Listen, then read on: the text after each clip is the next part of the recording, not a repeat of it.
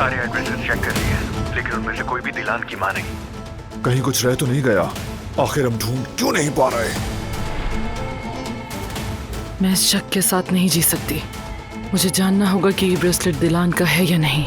तुमने मुझे ये क्यों नहीं बताया कि बाकी एड्रेसेस पर भी जाकर अम्मी को ढूंढा जा रहा है? कल जो हुआ उसके बाद तुम्हें मायूस नहीं करना चाहता। सबिहा साहब आई हैं, दिलान बेटी से मिलना चाहती हैं।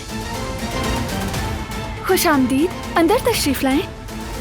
ज्यादा वक्त नहीं लूंगी। ये ब्रेसलेट तुम्हारा है क्या? मुझे गाड़ी में मिला था। मेरा ब्रेसलेट? लगता है बहुत स्पेशल है ये तुम्हारे लिए। बहुत ज्यादा। मेरी माँ ने बचपन में दिया था मुझे।